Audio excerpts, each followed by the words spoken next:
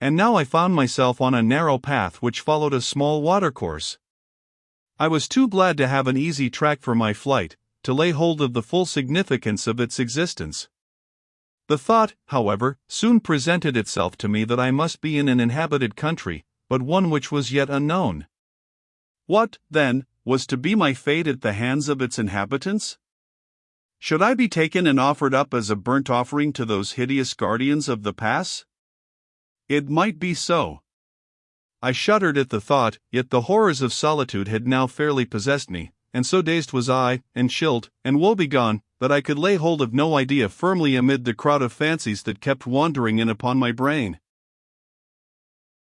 I hurried onward, down, down, down. More streams came in, then there was a bridge, a few pine logs thrown over the water, but they gave me comfort, for savages do not make bridges. Then I had a treat such as I can never convey on paper, a moment, perhaps, the most striking and unexpected in my whole life, the one I think that, with some 3 or 4 exceptions, I would most gladly have again, were I able to recall it. I got below the level of the clouds, into a burst of brilliant evening sunshine. I was facing the northwest, and the sun was full upon me. Oh, how its light cheered me! But what I saw! It was such an expanse as was revealed to Moses when he stood upon the summit of Mount Sinai, and beheld that promised land which it was not to be his to enter. The beautiful sunset sky was crimson and gold, blue, silver, and purple, exquisite and tranquilizing. Fading away therein were plains, on which I could see many a town and city, with buildings that had lofty steeples and rounded domes. Nearer beneath me lay ridge behind ridge, outline behind outline, sunlight behind shadow, and shadow behind sunlight, gully and serrated ravine. I saw large pine forests, and the glitter of a noble river winding its way upon the plains, also many villages and hamlets, some of them quite near at hand, and it was on these that I pondered most. I sank upon the ground at the foot of a large tree and thought what I had best do, but I could not collect myself. I was quite tired out, and presently, feeling warmed by the sun, and quieted, I fell off into a profound sleep. I was awoke by the sound of tinkling bells, and looking up, I saw 4 or 5 goats feeding near me. As soon as I moved, the creatures turned their heads towards me with an expression of infinite wonder. They did not run away, but stood stock still, and looked at me from every side, as I at them. Then came the sound of chattering and laughter, and there approached 2 lovely girls, of about 17 or 18 years old, dressed each in a sort of linen gabardine, with a girdle round the waist. They saw me. I sat quite still and looked at them, dazzled with their extreme beauty. For a moment they looked at me and at each other in great amazement, then they gave a little frightened cry and ran off as hard as they could. So that's that, said I to myself, as I watched them scampering. I knew that I had better stay where I was and meet my fate, whatever it was to be, and even if there were a better course, I had no strength left to take it. I must come into contact with the inhabitants sooner or later, and it might as well be sooner. Better not to seem afraid of them, as I should do by running away and being caught with a hue and cry tomorrow or next day. So I remained quite still and waited. In about an hour I heard distant voices talking excitedly, and in a few minutes I saw the 2 girls bringing up a party of 6 or 7 men, well armed with bows and arrows and pikes. There was nothing for it, so I remained sitting quite still, even after they had seen me, until they came close up. Then we all had a good look at one another. Both the girls and the men were very dark in color, but not more so than the South Italians or Spaniards. The men wore no trousers, but were dressed nearly the same as the Arabs whom I have seen in Algeria. They were of the most magnificent presence, being no less strong and handsome than the women were beautiful, and not only this, but their expression was courteous and benign. I think they would have killed me at once if I had made the slightest show of violence, but they gave me no impression of their being likely to hurt me so long as I was quiet. I am not much given to liking anybody at first sight, but these people impressed me much more favorably than I should have thought possible, so that I could not fear them as I scanned their faces one after another. They were all powerful men. I might have been a match for any one of them singly, for I have been told that I have more to glory in the flesh than in any other respect, being over 6 feet and proportionally strong, but any two could have soon mastered me, even were I not so bereft of energy by my recent adventures. My color seemed to surprise them most, for I have light hair, blue eyes, and a fresh complexion. They could not understand how these things could be. My clothes also seemed quite beyond them. Their eyes kept wandering all over me, and the more they looked the less they seemed able to make me out. At last I raised myself upon my feet, and leaning upon my stick, I spoke whatever came into my head to the man who seemed foremost among them. I spoke in English, though I was very sure that he would not understand. I said that I had no idea what country I was in, that I had stumbled upon it almost by accident, after a series of hairbreadth escapes, and that I trusted they would not allow any evil to overtake me now that I was completely at their mercy. All this I said quietly and firmly, with hardly any change of expression. They could not understand me, but they looked approvingly to one another, and seemed pleased, so I thought that I showed no fear nor acknowledgement of inferiority, the fact being that I was exhausted beyond the sense of fear. Then one of them pointed to the mountain, in the direction of the statues, and made a grimace in imitation of one of them. I laughed and shuddered expressively, whereon they all burst out laughing too, and chattered hard to one another. I could make out nothing of what they said, but I think they thought it rather a good joke that I had come past the statues. Then one among them came forward and motioned me to follow, which I did without hesitation, for I dared not thwart them. Moreover, I liked them well enough, and felt tolerably sure that they had no intention of hurting me. In about a quarter of an hour we got to a small hamlet built on the side of a hill, with a narrow street and houses huddled up together. The roofs were large and overhanging. Some few windows were glazed, but not many. Altogether the village was exceedingly like one of those that one comes upon in descending the less-known passes over the Alps onto Lombardy. I will pass over the excitement which my arrival caused.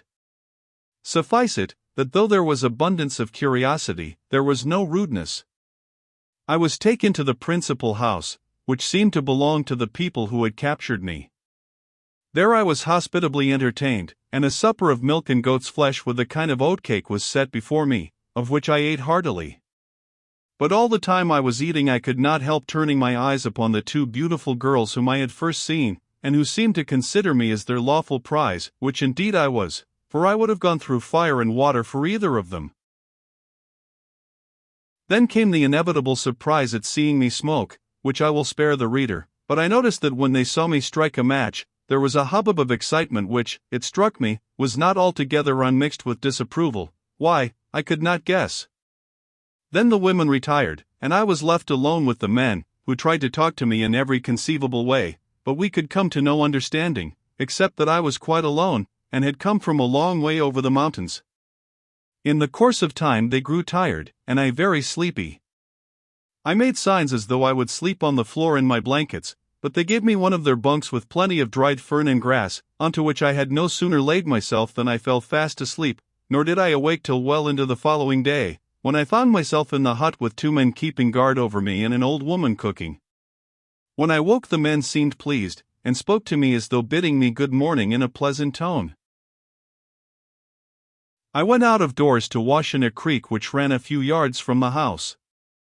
My hosts were as engrossed with me as ever. They never took their eyes off me, following every action that I did, no matter how trifling, and each looking towards the other for his opinion at every touch and turn. They took great interest in my ablutions, for they seemed to have doubted whether I was in all respects human like themselves. They even laid hold of my arms and overhauled them, and expressed approval when they saw that they were strong and muscular. They now examined my legs, and especially my feet. When they desisted they nodded approvingly to each other, and when I had combed and brushed my hair, and generally made myself as neat and well arranged as circumstances would allow, I could see that their respect for me increased greatly, and that they were by no means sure that they had treated me with sufficient deference, a matter on which I am not competent to decide. All I know is that they were very good to me, for which I thanked them heartily, as it might well have been otherwise. For my own part, I liked them and admired them, for their quiet self-possession and dignified ease impressed me pleasurably at once. Neither did their manner make me feel as though I were personally distasteful to them, only that I was a thing utterly new and unlooked for, which they could not comprehend. Their type was more that of the most robust Italians than any other. Their manners also were eminently Italian, in their entire unconsciousness of self.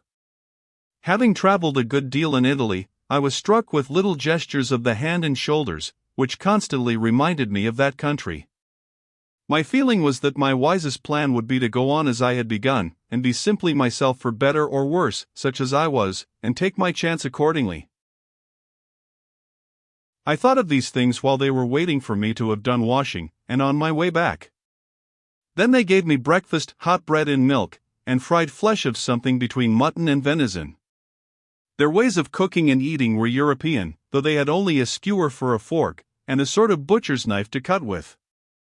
The more I looked at everything in the house, the more I was struck with its quasi-European character, and had the walls only been pasted over with extracts from the Illustrated London News and Punch, I could have almost fancied myself in a shepherd's hut upon my master's sheep run. And yet everything was slightly different. It was much the same with the birds and flowers on the other side, as compared with the English ones. On my arrival I had been pleased at noticing that nearly all the plants and birds were very like common English ones. Thus, there was a robin, and a lark, and a wren, and daisies, and dandelions, not quite the same as the English, but still very like them, quite like enough to be called by the same name. So now, here, the ways of these two men, and the things they had in the house, were all very nearly the same as in Europe. It was not at all like going to China or Japan, where everything that one sees is strange. I was, indeed, at once struck with the primitive character of their appliances, for they seemed to be some 500 or 600 years behind Europe in their inventions, but this is the case in many an Italian village. All the time that I was eating my breakfast I kept speculating as to what family of mankind they could belong to, and shortly there came an idea into my head, which brought the blood into my cheeks with excitement as I thought of it. Was it possible that they might be the lost 10 tribes of Israel, of whom I had heard both my grandfather and my father make mention as existing in an unknown country, and awaiting a final return to Palestine? Was it possible that I might have been designed by Providence as the instrument of their conversion? Oh, what a thought was this! I laid down my skewer and gave them a hasty survey. There was nothing of a Jewish type about them. Their noses were distinctly Grecian, and their lips, though full, were not Jewish. How could I settle this question? I knew neither Greek nor Hebrew, and even if I should get to understand the language here spoken, I should be unable to detect the roots of either of these tongues. I had not been long enough among them to ascertain their habits, but they did not give me the impression of being a religious people. This too was natural. The 10 tribes had been always lamentably irreligious. But could I not make them change? To restore the lost 10 tribes of Israel to a knowledge of the only truth, here would be indeed an immortal crown of glory. My heart beat fast and furious as I entertained the thought. What a position would it not ensure me in the next world, or perhaps even in this? What folly it would be to throw such a chance away! I should rank next to the apostles, if not as high as they, certainly above the minor prophets, and possibly above any Old Testament writer except Moses and Isaiah. For such a future as this I would sacrifice all that I have without a moment's hesitation. Could I be reasonably assured of it? I had always cordially approved of missionary efforts, and had at times contributed my mite towards their support and extension, but I had never hitherto felt drawn towards becoming a missionary myself, and indeed had always admired, and envied, and respected them, more than I had exactly liked them. But if these people were the lost 10 tribes of Israel, the case would be widely different. The opening was too excellent to be lost, and I resolved that should I see indications which appeared to confirm my impression that I had indeed come upon the missing tribes, I would certainly convert them. I may here mention that this discovery is the one to which I alluded in the opening pages of my story. Time strengthened the impression made upon me at first, and, though I remained in doubt for several months, I feel now no longer uncertain. When I had done eating, my hosts approached, and pointed down the valley leading to their own country, as though wanting to show that I must go with them. At the same time they laid hold of my arms, and made as though they would take me, but used no violence. I laughed, and motioned my hand across my throat, pointing down the valley as though I was afraid lest I should be killed when I got there. But they divined me at once, and shook their heads with much decision, to show that I was in no danger. Their manner quite reassured me, and in half an hour or so I had packed up my swag, and was eager for the forward journey, feeling wonderfully strengthened and refreshed by good food and sleep, while my hope and curiosity were aroused to their very utmost by the extraordinary position in which I found myself. But already my excitement had begun to cool, and I reflected that these people might not be the 10 tribes after all, in which case I could not but regret that my hopes of making money, which had led me into so much trouble and danger, were almost annihilated by the fact that the country was full to overflowing, with a people who had probably already developed its more available resources. Moreover, how was I to get back? For there was something about my hosts which told me that they had got me, and meant to keep me, in spite of all their goodness.